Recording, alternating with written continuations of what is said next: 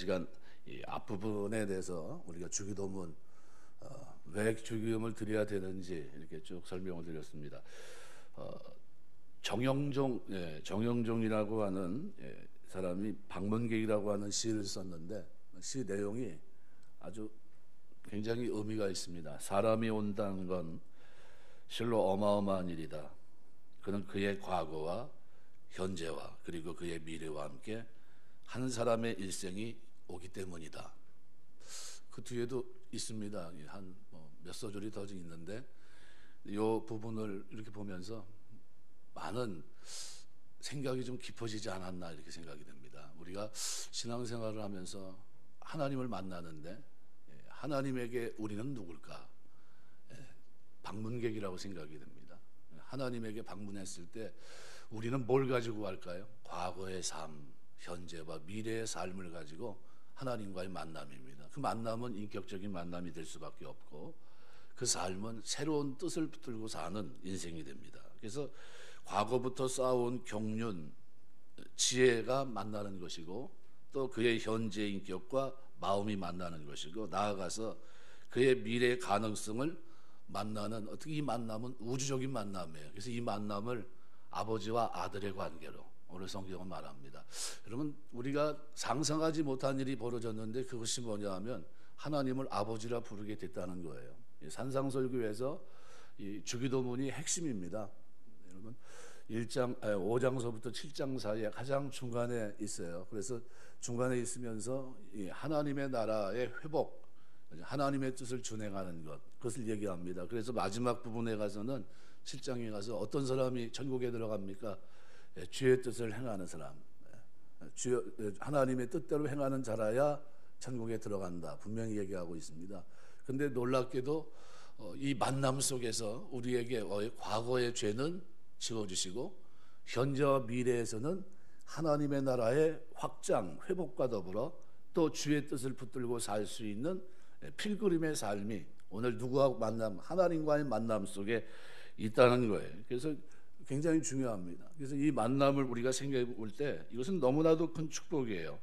우리가 살아가는 동안 주님을 아버지라 부르며 기도하는 여러분 되시길 주의 이름으로 축원합니다. 이 만남은 우리의 죄를 지워주신 만남이고 이 만남은 어떤 만남입니까? 우리의 현재와 미래 속에서 하나님의 나라 확장을 위해서 주의 뜻을 이루는 거룩한 일을 위해서 쓰임받는 만남이에요. 그래서 이 만남은 도도하지 않습니다.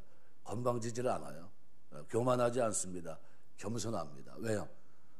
어마어마한 축복을 받았기 때문에 그래요. 그래서 이 만남 속에 있는 사람들의 삶에 구체적으로 한 가지 분명한 모습이 나타나는데 그게 뭐냐면 용서라는 거예요. 용서. 하나님이 우리를 만날 때는 이 땅에 오실 때는 뭘 가지고 오셨습니까? 하나님의 영원한 사랑, 깊이를 헤아릴 수 없는, 측량할 수 없는 사랑, 그 사랑을 가지고 우리를 만나러 오셨어요. 인간의 몸을 입으시고 성육신하셨습니다. 그리고 십자가 지시면서 내가 얼마나 사랑하는지 그걸 보여주셨고 조금 더 나가면 얼마나 사랑하는지 날마다 일상 속에서 우리가 회개하면서 하나님의 풍성함을 누릴 수 있는 용서를 우리에게 끊임없이 베풀어 주시면서 우리의 연약한 삶을 통해서 하나님의 그 사랑의 부요함, 그 풍성함, 영원함을 드러내게 하신 겁니다. 그러니까 우리의 삶은 이 주님과의 만남은 기가 막힌 만남이에요. 이 땅에서 그리고 다른 만남은 조금 실패할 수 있어도 이 주님과의 만남은 실패하면 안 됩니다. 왜요? 이것은 과거와 현재와 미래가 그 속에 다 있기 때문에 그분의 인격적인 만남 속에서 진짜 우리 인생이 기가 막힐 정도로 바뀌기 때문에 그렇습니다. 그래서 오늘 첫 번째로 오늘 지난 시간에 이어서 우리가 계속 생각하려고 합니다. 오늘 11절 보시면은 오늘 우리에게 일용할 양식을 주시옵고 우선순위가 있다고 그랬습니다. 그죠? 성경을 보시면은 우리가 주로 이제 다른 경건에 대한 얘기를 많이 듣습니다. 그죠? 경건에 대한 메시지가 나요. 경건은 누구와 관계된 얘기냐면 10계명으로 얘기하면 1계명에서부터 4계명까지 하나님과의 관계된 게 경건입니다. 그러면 5계명서부터 나중에 10계명까지 뭐예요? 불의한 일들에 대해서 얘기합니다. 불의. 이거 쉽게 말하면 우리가 이 일상 사람과의 인격적인 만남, 교제 속에서의 만남을 말합니다. 그런데 이 두 가지 만남이 대단히 중요한 이유는 왜요? 우리가 불의하기 때문이에요. 불의하다는 건 뭡니까? 그 십계명을 제대로 지키지 못하기 때문이에요. 그래서 십계명을 이렇게 생각할 때 앞에 경건이 중요하다. 경건이 뭡니까? 하나님 앞에서 신전의식 가지고 살아가는 거예요. 내면이 변화된 세계. 요셉이 죄를 짓는데 내가 어떻게 하나님 앞에서 죄를 지으리요? 이건 뭡니까? 경건이에요. 하나님과의 관계 속에서의 자기의 삶을 이미 어떻게 해요? 설정해 놓고 바르게 정립이 되어 있습니다. 그리고 그 삶이 사람과의 관계 속에서 불의한 모습으로 나타나질 않아요. 그 사람은 어떻게 살아갑니까? 의롭게 살아갑니다. 그런데 이 경건이 없는 사람들은 불의한 일이 일어나는 거예요. 그래서 로마서 1장에서 이제 설명해 드리겠는데 로마서 1장에서 바로 그 부분을 사도 바울이 다룹니다. 이게 우리가 제일 중요한 게 뭐냐면 이 하나님과의 만남이에요. 이 만남 속에서 시작되면 그다음에 이 영적인 문제들, 그죠? 제일 중요한 거 하나님과의 관계 속에 회복된 일들, 그 다음에 이제 하나님이 아버지라고 하는 것, 그죠? 하나님의 나라가 이 땅에 임하시기를 원하는 것, 뜻이 하늘에서 이루어진 것까지 땅에서 이루어지기를 원하는 이 기도를 드리게 되고, 이게 뭐예요? 경건입니다. 두 번째는 자신의 문제입니다. 그래서 오늘 현재와 미래의 삶에 대한 거예요. 그 만남 속에서 그 현재는 뭡니까? 일용할 양식이에요. 일상. 여러분, 광야에서 이스라엘 백성들이 일상적인 생활을 하는데 하루하루 광야는 식물을 만들어내는 곳이 못 됩니다. 그곳에서 하나님 앞에 구합니다. 그때 하나님이 뭘 주세요? 만나를 주십니다. 만나를. 이게 뭐냐 하는 그 이름의 만나를 주셨고, 만나를 몇 년간 먹습니까? 40년간. 근데 어떻게 거두게 하십니까? 매일 거두게 하시고 안식이라는 이틀치를 거두게 하십니다. 욕심이 나서 이틀치 거두면 상해버리고 썩어서 먹지 못하게 하시고, 그거를 하나님이 하시고, 기가 막히게 주일날은 이틀치가 멀쩡하게 하시고, 그런 일을 누가 하셨어요? 하나님이. 그래서 사람이 떡으로만 사는 것이 아니라 하나님의 입으로 나오는 모든 말씀으로 사는 것이다 라는 것을 광야에서 배웁니다. 하나님 앞에 뭘 하는 걸 배운 겁니까? 구하고 하나님의 은혜를 입는 것을 그것을 배워요. 그래서 풍족한 것도 아니고, 그죠? 그렇다고 광야에 있기 때문에 너무 가난한 것도 아니에요. 그죠? 누가 함께 하니까요? 아버지인 하나님이 함께 하니까 그 자리가 어떤 자리가 됩니까? 풍족한 자리가 돼요. 광야에서. 그래서 그 모습을 예수님이 오병이의 기적을 통해서 이 땅에 오셔서 나타내 보이셨던 겁니다. 여러분, 이 기도하는데 이 하나님의 이름, 나라 뜻을 먼저 구하고 그 다음에 뭡니까? 우리의 일용할 양식을 하나님 앞에 구하는 겁니다. 근데 하나님은 그분 자녀들의 이 복지 또 안녕에 대해서도 지대한 관심을 갖고 계십니다. 기도할 때에는 하나님의 이름과 나라와 뜻을 먼저 구하지만 동시에 우리의 필요도 주님 앞에 우선순위를 따라 간구해야 됩니다. 그래서 일용할 양식은 육체적인 필요입니다. 우리가 살아가는 동안. 그 다음에 12절에 우리 죄를 사하여 주옵시고, 이거는 영혼의 필요를 말합니다. 우리 죄 문제. 13절에는 시험에 들게 하지 마옵시고 다만 악에서 구하시옵소서. 이거는 도덕적이고 정서적인 필요를 말합니다. 그러니까 전인격적으로 몸과 영과 정신에 이르기까지 모든 필요를 포괄한 기도가 주기도문입니다. 그러니까 우리가 날마다 하나님 앞에 기도해야 돼요. 일용할 양식을 구할 뿐만 아니라 영과 몸의 정신과 관계된 모든 필요를 포괄한 것이 주기도문이기 때문에 기도의 폭을 넓혀야 됩니다. 먼저 일용할 양식은 뭘 말할까요? 그래서 루터는 이렇게 얘기합니다. 우리를 위한 양식은 음식과 의복, 신발, 집, 정원, 경작지, 가축, 돈, 재산, 올곧은 배우자와 아이들, 강직하고 신실한 통치자들, 좋은 정부, 날씨, 평화, 건강, 품격, 명예, 좋은 친구, 신실한 이웃 같은 것들을 다 포괄한다, 이렇게 얘기했어요. 일용할 양식이에요, 이게. 그러니까 양식은 우리 삶에 필요한 먹는 양식만을 얘기하는 것이 아니라 우리 삶의 필수적인 모든 것을 포함한 말입니다. 우리 나라 이제 전 세계적으로 산업화가 되면서 많이 발전했죠. 그 산업화 되기 전에는 일상을 살아가는데 보통 몇 가지면 된다고 그랬습니까? 보통 많이 잡아야 500가지 정도면은 풍족하다고 그랬어요. 그러면 뭐 더 이상 구할 것도 없고 필요도 없고. 근데 지금은 한 어느 정도 필요할까요? 이렇게 저렇게 따지면 최하 5,000가지, 많게는 5만까지 잡는 사람이 있어요. 그러니까 우리 일상에 필요한 일들이 너무 많다는 거예요. 굉장히 구체적으로 구할 것이 많다. 그러면 여러분 기도할 때 어떻게 기도해야 됩니까? 다양한 영역 속에서 우리의 필요를 하나님 앞에 날마다 구해야 된다는 거예요. 날마다. 그죠? 그러면 여러분 일상 단순히 먹고 마시는 그 문제뿐만 아니라 어떤 문제예요? 음식의 문제, 의복의 문제, 뭐 경작지, 뭐 정원, 집, 가축, 돈, 재산 모든 문제를 총망라한 이 이야기를 날마다 어떻게 해요? 이렇게 폭넓은 거를 가지고 오래 기도할 수 있겠습니까? 오래 못해요. 그럼 어떻게 해요? 아버지한테 아뢰는, 그래서 관계가 중요하다는 거예요. 여러분 자식이 부모에게 기도할 때 뭐 달라고 할 때 어떻게 달라고 그럽니까? 매달려서 막 그냥 막 그럽니까? 그러지 않잖아요. 아버지 이게 꼭 필요한데 이거 좀 이렇게 했으면 좋겠습니다. 의논하라는 거예요. 하나님 앞에 기도하라는 겁니다. 그래서 칼빈은 이렇게 얘기합니다. 이런 것을 간구하는 것이 당연한 것은 우리의 모든 염려를 하나님께 맡기는 신앙적인 행동이기 때문이다. 이 염려를 하나님께 맡기라는 거예요. 지난 날에는 하나님이 나의 아버지가 아니었지만 이제는 아버지가 됐다는 거예요. 그래서 그 아버지의 뜻대로 살아가고 뜻을 이루기 위해서 하나님 나라 확장을 위해서 살아가기 때문에 날마다 그 뜻 가운데 살아가는 중에 필요한 모든 것들은 누가 공급해야 됩니까?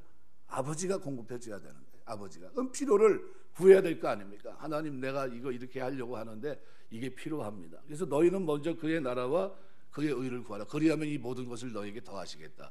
그냥 이방인처럼 중언부언하고 막 매달려서 그렇게 하지 말라는 거예요. 그냥 기도하라는 거예요. 그럼 내가 필요한 거 채워주겠다는 겁니다. 그러니까 우리가 일용할 양식을 구하고 우리 일상의 여러 필요를 주님 앞에 아뢰고 구하는 것은 염려에 짓누르지 않고 염려를 하나님께 맡기는 아주 좋은 신앙적 행동이다. 칼빈은 이렇게 얘기합니다. 이거 우리가 하루의 필요를 주께 온전히 의지하고 그분의 채움을 받으며 살아야 되는 연약한 존재인 것을 잊지 마셔야 됩니다. 광야에서는요, 누가 도와줘야 돼요? 하나님이 도와줘야 되는 겁니다. 여러분 인생길 속에서는요, 누가 도와줘야 됩니까? 하나님이 도와주셔야 돼요. 그래서 그거를 인식하고 날마다 어떻게 해요? 조그만 것부터 큰 것까지 다 구하시는 겁니다. 그래서 하나님이 크고 작은 우리의 모든 필요를 공급해 주시는 분이라는 사실을 믿고 아버지께 아뢰라는 거예요. 일주일에 한 번이 아니라 매일 매순간 하나님을 의지하고 찾지 않으면 안 되는 존재라는 사실을 잊지 말라는 겁니다. 날마다 우리가 밥상머리에 앉아서 이 모든 것은 하나님이 공급해 주신 것입니다. 하나님의 손으로 오는 것만이 진정한 의미와 가치가 있습니다. 하나님이 주시지 않은 것은 아무리 좋아 보여도 저에게는 의미와 가치가 없습니다. 당장 살아가는 데 도움이 되는 것 같지만 창조의 목적대로 살아가는 데는 아무런 보탬이 안 됩니다. 라고 고백하면서 하나님 앞에 은혜를 구하는 겁니다. 세상은 우리를 보편적인 세상 가치를 따라 살려고 하지만 누가복음 12장 보시면 그냥 싸놓고 사는 게 좋은 거로 얘기합니다. 그죠?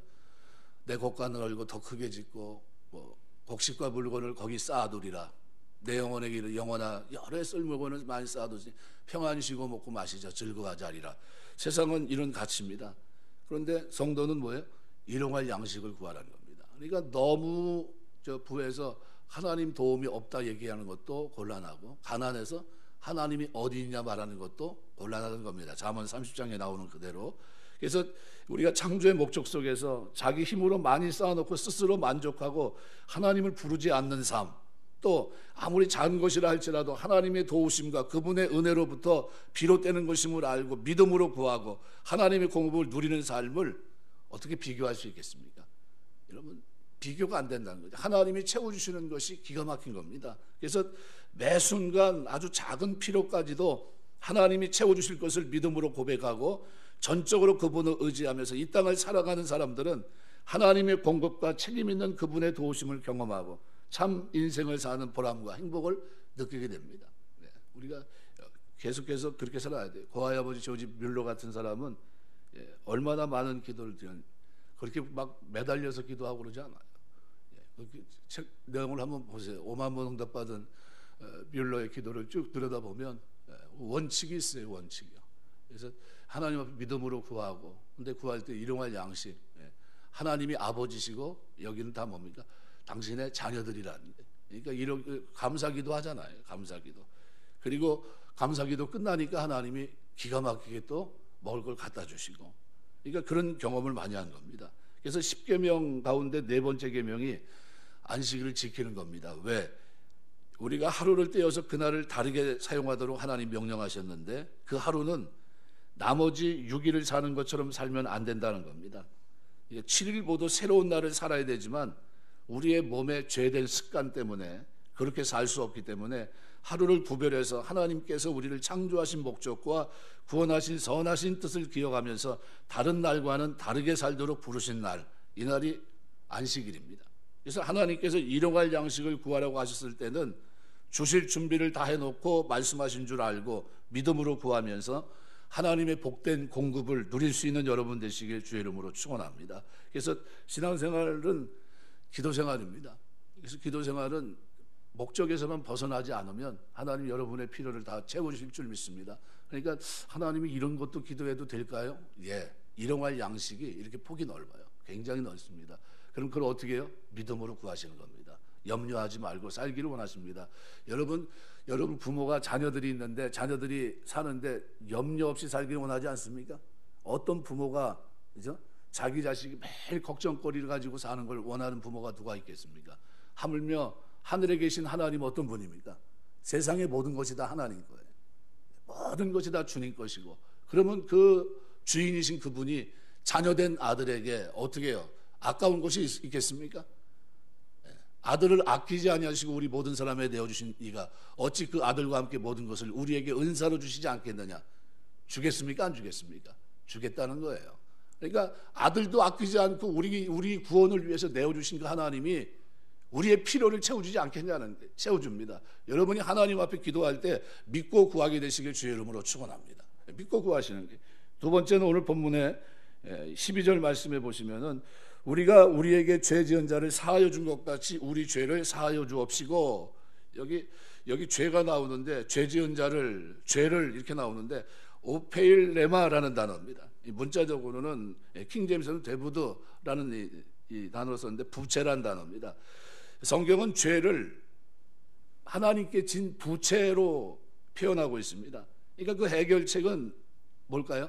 하나님 앞에 지은 죄를 해결할 수 있는 방법은 탕감밖에 없어요. 하나님 용서해 주는 것밖에. 그래서 성경 보면 마태복음 18장 23절에서 35절 보면 여러분이 알고 있는 1만 달란트 빚진 자의 비유가 나옵니다. 갚을 수 없는 그것을 누가요? 하나님이 탕감을 해주신 겁니다. 탕감. 그래서 우리의 죄를 사하여 주옵시고, 근데 우리에게 죄 지은 자를 사하여 준 것 같이 사하여 줬다는 아피에멘이란 이 단어는 누가복음에서 같은 주기도문을 기록하고 있는 거기서는 아피오멘이라는 단어를 썼는데 현재형으로 썼습니다. 그러니까 지금 기도하는 순간 타인의 죄를 용서하고 그와 같이 자신의 죄를 용서해 달라는 그런 강구인데, 이게 어떤 조건적인 그런 내용이 아닙니다. 내가 이 사람 용서해 주시니까 하나님 나도 용서해 주십시오, 이런 얘기가 아니에요. 내가 이미 기도하는 순간 나는 이미 저 사람을 용서했습니다. 하나님 이미 기도를 시작했을 때 나는 저 사람에 대해서 문제를 삼지 않습니다. 뭐 이런 의미로 우리가 볼 수 있겠습니다. 그러니까 하나님의 죄 용서는 무조건적입니다. 탕감은 뭐예요? 우리 어떤 행위나 우리 어떤 뭐 선한 일이나 이런 거로 포함된 게 아니에요. 전혀 상관이 없습니다. 그건 뭡니까? 은혜예요. 우리의 구원은 은혜입니다. 믿음을 선물로 주시고 은혜로 구원받게 하셨어요. 이게 죄 용서는 무조건적입니다. 그래서 이 사실을 안다면, 그렇다면 기도하는 자는 반드시 형제 잘못을, 이 빚을 탕감해 주신 하나님 앞에 탕감하며 살아야 된다는 거예요.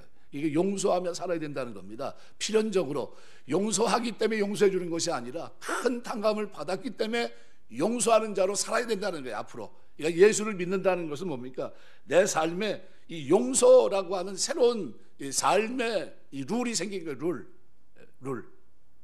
미국에서는 보통 웨이터 룰이라는 게 있어요. 웨이터의 법칙이라는 것이 있습니다. 이게 뭐냐면 최고 경영자들, 인사권자들이 이해관계가 있거나 가까운 사람에게는 친절하면서 사회적 약자들에게는 거만하게 행동하는 사람은 결코 좋은 사람이 아니다. 그런 사람과는 파트너를 삼지 마라. 좋지 않은 일이 반드시 일어날 거다. 이렇게 얘기합니다.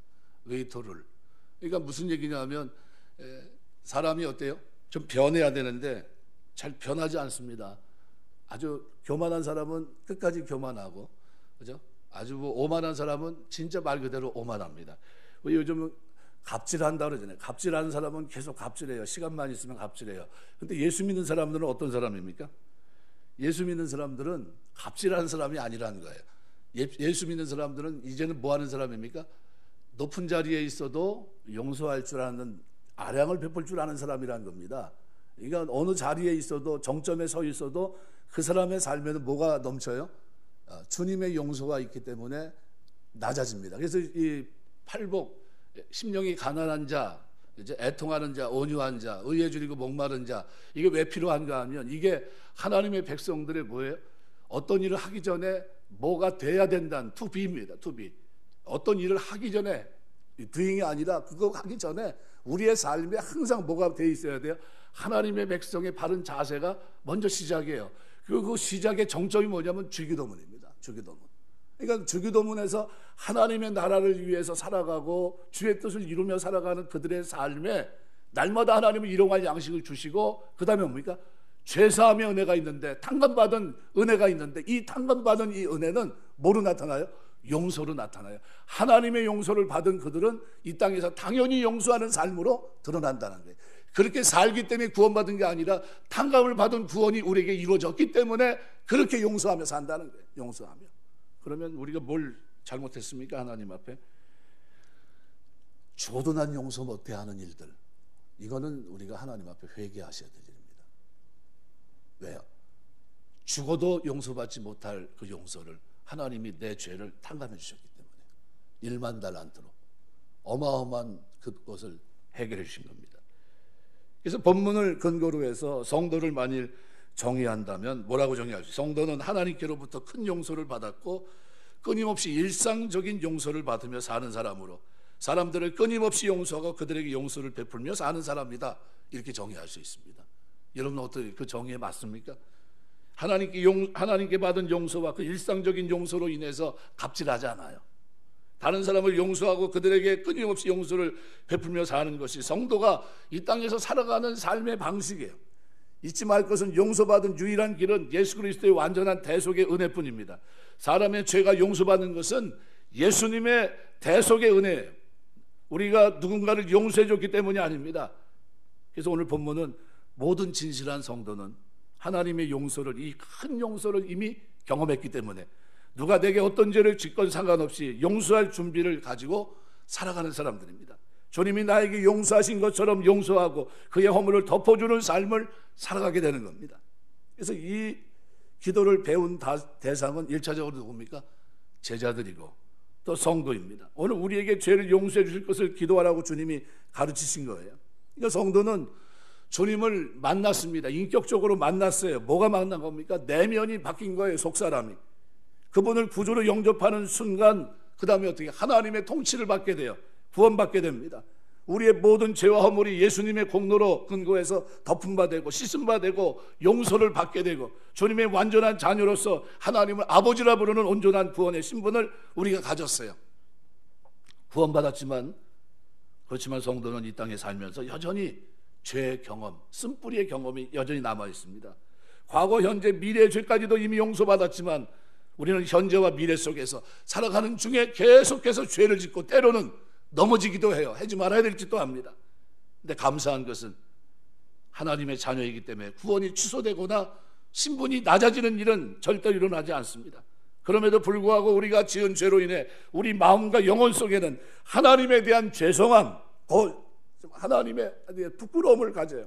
두려움이 생깁니다. 그래서 예수를 믿음으로 얻게 된 생명의 길을 여전히 걸어가고 있음에도 불구하고 하나님과의 사귐과 교통에 장애가 이르게 돼요. 뭐 때문에요? 죄 때문에. 우리는 예수를 믿고 성도가 될 때 완전히 용서받았지만 일상의 삶에서 죄를 경험하는 순간마다 단번에 받은 완전한 용서를 토대로 해서 반복적인 용서의 경험이 필요한 겁니다. 그렇게 해야 우리의 경험 세계 안에서 하나님과의 사귐과 교통이 아무런 꺼리낌 없이 지장을 받지 않고 교제할 수 있습니다. 이미 성도된 우리에게 죄의 자백은 용서를 구하는 기도를 하라고 주님은 우리에게 분명히 말씀하고 계신 겁니다. 그래서 이것을 잘 보여주는 게 요한복음 13장의 말씀입니다. 최후의 만찬이 있던 날 밤 주님이 제자들을 떠나시기 전에 제자들의 발을 씻기십니다. 그때 베드로가 자기 발을 씻어주시는 주님을 막으면서 이렇게 말해요. 내 발을 절대로 씻지 못하시리이다. 주님은 내가 너를 씻지 않으면 내가 너와 상관이 없느니라 그랬더니 베드로는 주여 내 발뿐만 아니라 손과 머리도 씻어주옵소서. 그랬더니 주님은 뭐라고 10절에 이렇게 얘기합니다. 이미 목욕한 자는 발밖에 씻을 필요가 없느니라 온몸이 깨끗하니라. 이 무슨 얘기입니까? 예수를 믿는 순간 이미 우리는 영원한 큰 용서를 받았습니다. 영원한 용서를 받은 그 토대 위에서 경험적인 용서를 일상적으로 반복하며 살아가는 사람들, 이게 예수 믿는 겁니다. 그래서 요한 1서 1장 9절은 이렇게 표현합니다. 만일 우리가 우리 죄를 자백하면 그는 미쁘시고 이로사 우리 죄를 사하시며 우리를 모든 불의에서 깨끗하게 하실 것이요. 여기 뭐라고 써 있다고요? 모든 죄에서가 아니라 불의에서 이렇게 돼 있어요. 불의. 여러분 여기서 이걸 잘 구분해서 보셔야 됩니다. 이게 무슨 얘기입니까? 하나님이 구원받는 걸 얘기하는 게 아니에요. 이건 뭡니까? 우리가 불의라는 게 뭐라고 그랬어요? 아까 5계명서부터 10계명까지가 불의입니다. 불의. 1계명 4계명 뭡니까? 경건이에요. 경건. 그래서 1계명 4계명까지는 하나님께 대한 경건치 않은 거에 대해서 얘기합니다. 경건에 이르기를 연습하라. 육체 연습은 그 얘기를 쭉 기록하잖아요. 그러면서 경건에 이르기를 연습할 것을 얘기합니다. 이 경건은 하나님 앞에 살아가는 걸 말합니다. 하나님 앞에서 하나님과의 관계 속에서 거룩하신 하나님을 성경을 말합니다. 근데 여기 모든 불의는 뭐예요? 사람에게 짓는 죄를 말합니다. 사람에게. 누구에게? 부모에게, 이웃에게, 그죠? 살인, 도둑질, 간음, 탐심, 이게 다 뭡니까? 사람과의 관계예요. 그래서 바로 만일 우리가 우리 죄를 자백하면 그는 미쁘시고 우리우사 우리 죄를 사하시며 우리를 모든 불의에서 깨끗하게 사하신 겁니다. 깨끗하게. 그러니까 우리가 범죄치 아니했다면 하나님이 거짓말하는 으로 만드는 겁니다. 그러니까 영원하고 완전한 용서를 토대로 해서 성도의 삶 가운데 경험적인 용서가 끊임없이 어떻게 해요? 반복되는 거. 이게 신앙생활입니다. 누가 예수 잘 믿는 겁니까? 손과 발을 끊임없이 씻는 사람이 예수 잘 믿는 거예요. 한 번 회개하고 끝난 게 아니라 계속해서. 여러분 매일 밥 먹듯이 죄 안 짓습니까? 죄 짓잖아요. 쉽게 말하면 허물이라는 게 뭐예요? 제가 전에도 한번 설명드렸는데 잔디밭에 들어가 있는데 팻말이 이렇게 꽂혀 있어요. 잔디밭 들어가지 마십시오. 근데 거기 딱 보니까 사람들이 여름이라 더워서 그런지 돗자리 깔고 다 앉아 있네요. 나도 앉았어요. 앉았는데 경비하시는 분이 오시더니 그럽니다. 이 사람이 이거 팻말도 못 봤냐고. 여기 들어가면 안 되는 거라고 빨리 나오라고. 근데 제가 그럽니다. 아니 다른 사람도 다 앉아 있는데 왜 저한테 그러십니까? 이렇게 얘기해요. 그래도 나오라고. 다들 얘기할 거니까. 그게 허물이에요. 남들이 볼 때 아무것도 아니잖아요. 쉽게 말하면 차를 타고 가는데 좌회전 깜빡이를 켜야 되는데 이제 이 사람이 우회전 깜빡이 켜고 있어요. 저 사람은 왜 이상한 사람이라고. 그랬더니 좀 이따 보니까 또 좌회전으로 가고 있네. 그럼 불안해요. 이 사람이 어디로 튈지 모르니까. 이러고 있다 오른쪽으로 확 꺾는 건 아닌지 굉장히 불안해요. 빵빵거립니다. 그거 허물입니다. 옆 사람이 뭐예요? 스트레스 줘요. 운전하면서도. 그러면 안 됩니다. 실제로 제가 들은 얘기는 오토바이가 그 2차선 도로에서 막 가다가 차가 이제 추월을 나가려고 하는데 오른쪽 깜빡이 켜고 이 사람이 순간적으로 착각했나 봐요. 왼쪽으로 틀은 거예요. 그래가지고 받쳐서 죽었어요. 2대 딱 오토바이 한 대, 차 한 대 가는데 왜 그 사람을 받았나 그랬더니 뭐 뒤에 있는 차가 뭐라고 얘기하면 이렇게 얘기했어요. 우회전 깜빡이 켜서 오른쪽으로 빠진 줄 알았습니다. 근데 갑자기 자기가 추월 나가는데 왼쪽으로 확 나와버렸다는 거예요. 그냥 받아버렸다는 거예요. 황당한 거 아닙니까? 우리가 볼 때는 별거 아니잖아요. 근데 그게 허물이에요. 허물. 죄와 허물 없습니까? 그럼 우리가 살면서도 오늘 하루를 살면서도 나는 멀쩡해도 내가 지나간 행적 속에는 뭐예요? 허물이 가득합니다. 그죠? 그거 다 뭐예요? 회개할 거예요. 회개할 거. 그러니까 우리가 살아가면서 뭐 해야 됩니까? 용서하며 살라는 거예요. 그래서 내가 하나님 앞에 늘 고개를 들지 못하는 이유는 뭡니까? 하나님의 은혜에 너무 감사해서 이 큰 용서를 받았음에도 죄를 짓고 기도할 때마다 또 용서해 주신 하나님, 자비하신 하나님, 사랑이 많고 풍성하신 그 하나님이 나의 하나님, 나의 아버지가 되셨기 때문이에요. 그래서 골로새 3장 13절 보면 누가 네게 혐의가 있거든 서로 용납하여 피차 용서하되 주께서 너희를 용서하신 것 같이 너희도 그리하고. 뭐 혐의가 있든 그 신경 쓰지 말고 하여간 용서해라는 거예요. 용서하라. 피차 용서하고 주께서 너희를 용서하신 것 같이 너희도 용서하라. 예배서 4장 32절 보면 이렇게 말합니다. 서로 인자하게 하며 불쌍히 여기며 서로 용서하기를 하나님이 그리스도 안에서 너희를 용서하신 것 같이 하라. 하나님이 그리스도 안에서 너희를 용서하신 것 같이 너희도 용서하라는 거예요. 용서하라는 거예요. 이게 무슨 얘기를 하고 있는 겁니까? 주기도문 얘기를 하고 있는 거예요. 주기도문. 일상적인 용서를 반복하고 경험하면서 우리를 향하신 주님의 끝없는 사랑을 우리가 깨닫는 거예요. 오늘도 하나님 부족하게 제가 하나님의 아들로 산다고 했지만 돌아다니면서 뭐예요? 욕먹을 짓만 하고 다녔습니다. 이거 주님의 사랑의 경험적 용서를 통해서 실질적이고 구체적인 그 사랑의 깊이, 그 넓이를 더해면서 우리 또한 주님을 사랑하고 즐거워하는 것을 배우는 거예요. 주님의 은혜를 깨닫습니다. 이미 큰 용서 받은 사람이지만 여전히 우리 죄를 용서해 주십시오라고 기도할 필요가 우리에게 날마다 있다는 겁니다. 주님이 나를 용서하신 것처럼 우리를 힘들고 어렵게 하는 사람들을 반복해서 용서하는 사랑을 행하면서 하나님의 귀한 사랑이 우리의 성품이 되고 삶이 되는 영광을 누리며 이 땅을 살도록 부름받고 있는 사람들이 오늘 주기도문의 대상자들이에요. 아버지여 부르는 사람들이란 거예요. 그러니까 이것이 얼마나 중요한지, 이 용서의 삶이, 용서받고 용서해주며 사는 삶이 얼마나 중요한지 이것을 14절 15절에서 그 내용을 한 번 더 반복하고 있는 거예요. 14절 15절에서 너희가 사람의 잘못을 용서하면 너희 하늘아버지께서 너희 잘못을 용서하시려니와 너희가 사람의 잘못을 용서하지 않으면 너희 아버지께서 너희 잘못을 용서하지 않으리라. 누구 얘기합니까? 마태복음 18장에 탕감, 1만 달란트 빚진 자를 탕감해주고 그저 몇백 데나리온 때문에 용서하지 못했던 그 사람은 어떻게 옥졸에 가둬라, 다시 옥에 가둬라 얘기했던 그 장면을 여기서 말씀하고 있는 겁니다. 빚을 탕감해 줬다고 한다면, 엄청난 큰 빚을 받았다고 한다면 이제는 어떻게 해요? 하나님 앞에 그 은혜의 빚진 자로, 날마다 하나님의 은혜의 빚진 자로 살며 사랑의 풍성함을 내 삶을 통해 드러내고 있다고 한다면, 그러면 그 사랑을 어떻게 해야 돼요? 전하면서 살아야 됩니다. 그러니까 갑질하는 거는 성경에서 맞지 않아요. 아무리 얘기해도 우리는 그런 사람. 그래서 성경은 겸손이지 갑질이 없습니다. 그래서 마태복음 18장 32절 32절에 보면 33절에 말씀해 보시면 이 주인이 그를 불러다가 말하되 악한 종아, 내가 빌기에 내가 내 죄를 전부 탕감해 주었거늘 내가 너를 불쌍히 여긴 것 같이 너도 내 동료를 불쌍히 여김이 마땅치 아니하냐. 이게 주님의 일성입니다. 탕감받은 자, 자기에게 작은 빚을 빈 동료를 불쌍히 여기고 용서하는 것이 당연하다는 겁니다. 아무런 자격도 조건도 없이 예수의 완전한 공로와 하나님의 영원한 사랑의 근거에서 용서받았기 때문에 우리 역시 자격 없이 보이는 사람을 받아주고 아끼고 상처 한 번도 받지 않은 것처럼 용서하고 사랑하는 사람이 되라. 이게 주님의 주기도문이에요. 두고 보자, 나는 억울해서 못 산다, 가만두나 보자, 이게 아니에요. 난 절대 용서하지 못한다, 이게 아니라는 거예요. 그래서 주님은 이 말씀이 중요하기 때문에 반복해서 얘기한 겁니다. 똑같은 얘기를 재차. 세 번째는 시험이 올 때 죄악을 행하지 않도록 기도하라는 겁니다. 여기 시험이라는 단어는 페이라조라는 단어인데, 우리가 전에 마태복음 4장에 보면 예수님 시험 받는 장면을 생각했는데 테스트, 트리얼, 템프테이션 이 세 가지 얘기했었는데 똑같습니다. 시험에 들지 말게 하옵시고, 검사하다, 테스트, 실험해보다, make trial of 이렇게 하는 단어도 있고, 또 유혹하다, 템프트라는 단어입니다.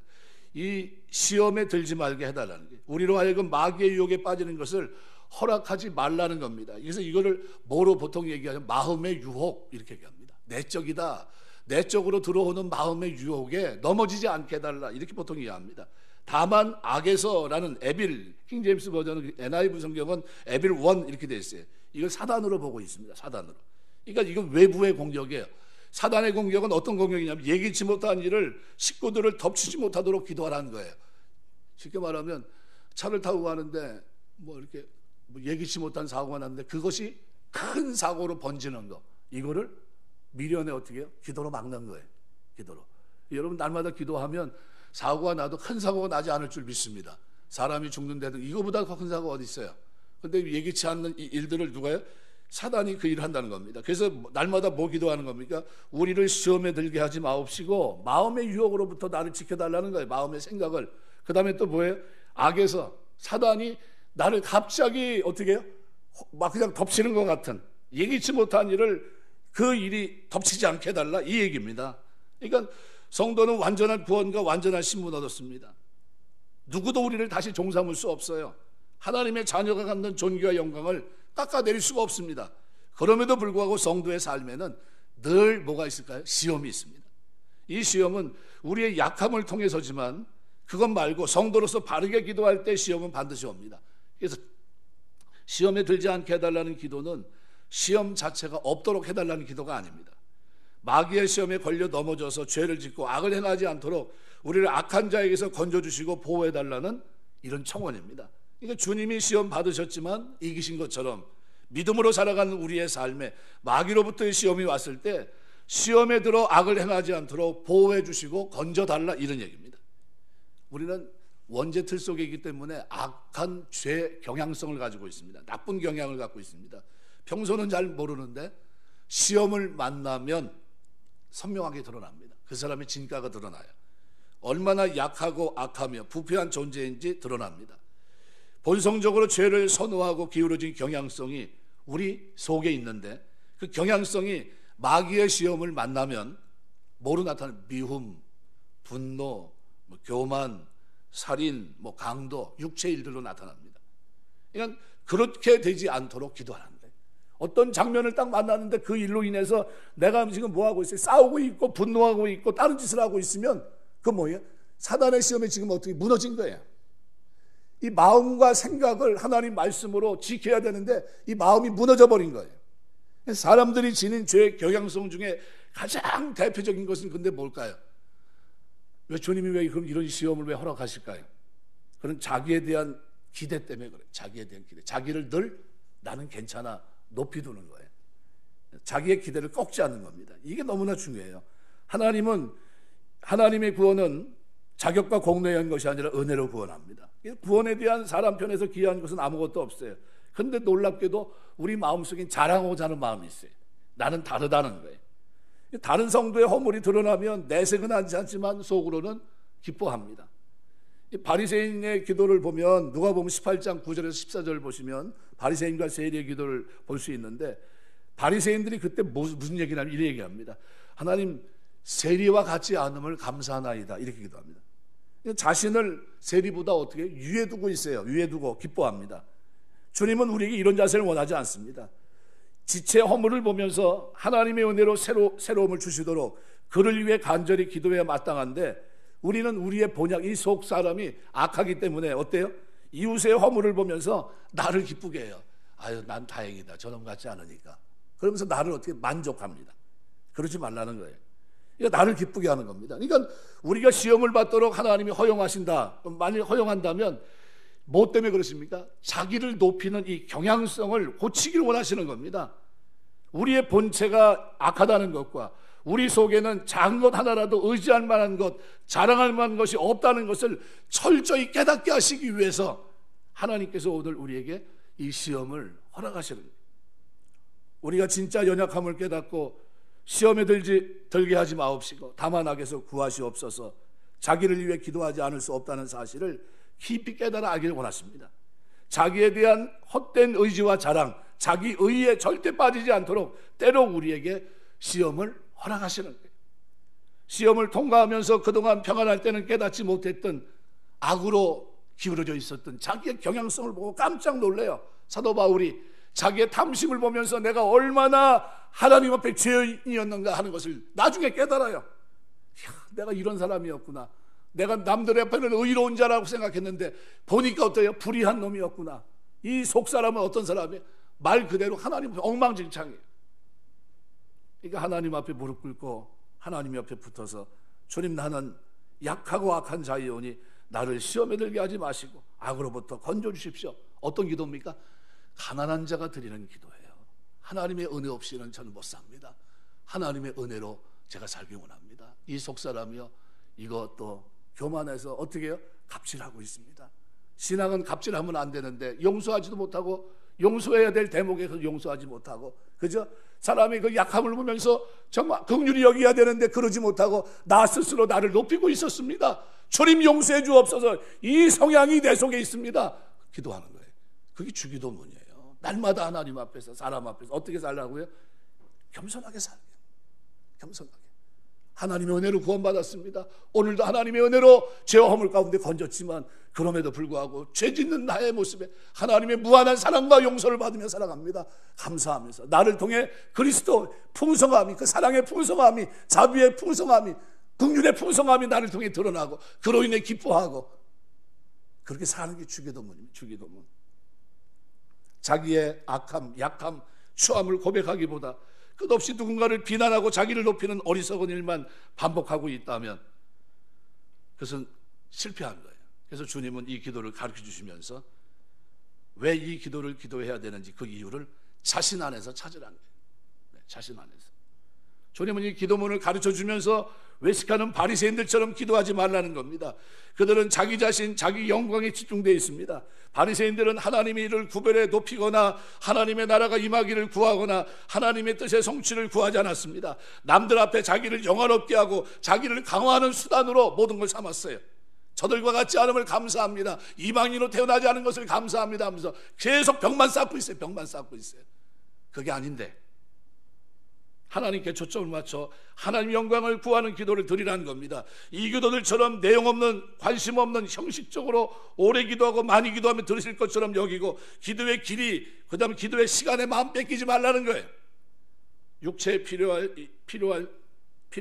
일용할 양식, 영적인 필요, 죄 용서, 도덕적이고 정서적인 필요, 모든 악으로부터 우리를 건져주실 것을 포함한 전 인격적인 필요 전부가 하나님의 은혜 속에 있다는 거예요. 하나님께 달려 있습니다. 이 사실을 입으로 열어 고백하면서 우리 삶의 작은 일이든 큰 일이든 하나님이 아니면, 하나님이 도와주시지 않는다면 불가능함을 고백하면서 하나님을 의지하고 붙드는 이 기도가 주기도문입니다. 하나님 중심으로 기도를 드리고 인격적으로 삶과 만남이 있는 기도를 드리는 거예요. 그래서 마지막에는 대개 나라와 권세와 영광이 아버지께 영원히 있사옵나이다. 아멘. 이렇게 기도하고 있어요. 원문에는 그 종결 앞에 왜냐하면 뜻에 호티라는 단어가 들어가 있습니다. 왜냐하면 나라와 권세와 영광이 영원히 아버지께 있기 때문입니다. 예. 이유가 뭡니까? 하나님의 나라를 위해서 살고 있는 한 백성이 기도를 드리고 나서 하나님, 왜냐하면 나라와 권세와 영광이 영원히 아버지께 있습니다. 1차적으로는 지금껏 앞서 간구를 드린 당신께 드린 이유가 뭡니까? 하나님만이 전 우주의 주관자이심을 이 기도를 받으시고 이루어 주실 수 있는 분이라는 것을 선언한 것이고, 동시에 이것은 궁극적으로 하나님을 향해서 하나님만이 전 우주의 절대 유일의 주권자로서 신앙 고백하고 있고, 나아가서 찬양하면서 모든 기도를 마무리하는 기능이 여기 나라와 권세와 영광이 아버지께 영원히 있사옵나이다 라는 단어예요. 이 나라, 권세, 영광, 영원히라는 이 단어, 하나님께 있어서 이 우주론적인 신앙 고백은 그러한 하나님 안에 누릴 우리 성도들의 영원한 종말론적인 승리와 복락에 대한 확신이기도 합니다. 그래서 대개라는 말은 이 호티, 일의 큰 원칙으로 말하는데 뭐 이런 뜻인데, 구체적인 간구 기도를 마친 후 이 기도를 들어주실 하나님에 대한 신앙 고백은 필수적입니다. 그래서 하나님의 통치가 이루어지는 나라, 그 나라를 하나님 나라가 되게 하면 권세, 하나님의 나라가 이루어짐으로 인해서 드러나게 될 영광, 단 한순간의 중단됨 없이 영원히 있을 것이라는 고백은 우리가 드릴 최고의 신앙 고백이에요. 나라와 그죠? 권세와 영광이 아버지께 영원히 있사옵나이다 라는 기도예요. 진짜 위대한 고백이에요. 이것이 중심으로 드려지는 고백인다고 한다면 주기도문은 그래서 뭡니까? 산상설교의 핵심이에요. 하나님 백성들이 이 땅에서 드려야 될 기도가 뭔지, 병행구절 누가복음 11장에서도 그 부분을 설명하고 있습니다. 말씀 맺겠습니다. 우리 신앙생활은요, 주기도문 이 핵심을 바르게 이해하면 내가 하나님의 은혜 가운데 살고 있구나, 용서하며 살아야 되는구나, 내가 하나님 백성으로서 하나님 나라 확장을 위해서 하나님의 뜻의 성취를 위해서 하는 사람이구나, 정체성, 하나님과 나의 관계가 아버지와 아들의 관계구나. 근데 이걸 보면서 뭘 느낍니까? 성부, 성자, 성령 하나님의 사역 속에 있다는 것을 압니다. 일용할 양식은 누구의 일입니까? 성부 하나님이 책임지신 일이라면, 그다음에 우리의 죄 용서는 누가 하십니까? 이 땅에 십자가신 주님의 사역이었고, 마지막에 어떻게 해요? 날마다 우리의 일상 속에 용서하며 살면서 죄 가운데 악으로부터 건져달라는 이 사역은 성령의 사역이에요. 성부, 성자, 성령 하나님의 사역이. 그래서 삼일체 하나님이 영광을 받게 합당하십니다. 나라와 권세와 영광이 영원토록 그분께 있습니다. 아버지인 그분께. 그래서 우리는 이 산상설교를 덮어놔도 주기도문을 드리면서 그분이 누구예요? 나의 아버지라는 거예요. 나의 아버지. 나의 아버지 앞에 드리는 이 기도는 어떻게 장황할 필요가 없어요. 그러나 분명한 초점이 분명하다는 거예요. 그래서 우리가 이 기도를 통해서 여러분이 기도로 하나님 앞에 나아갈 때마다 일용할 양식, 죄사함, 그죠? 시험에 들지 말고 악에서 건져달라는 이 기도가 진짜 그 뜻에 맞는 진짜 아름다운 기도가 되고, 마지막에 나라와 권세와 영광이 아버지께 영원히 싸움나리라는 고백이 여러분의 진실한 고백으로 주 앞에 드려지게 되시길 주의 이름으로 축원합니다. 기도하겠습니다.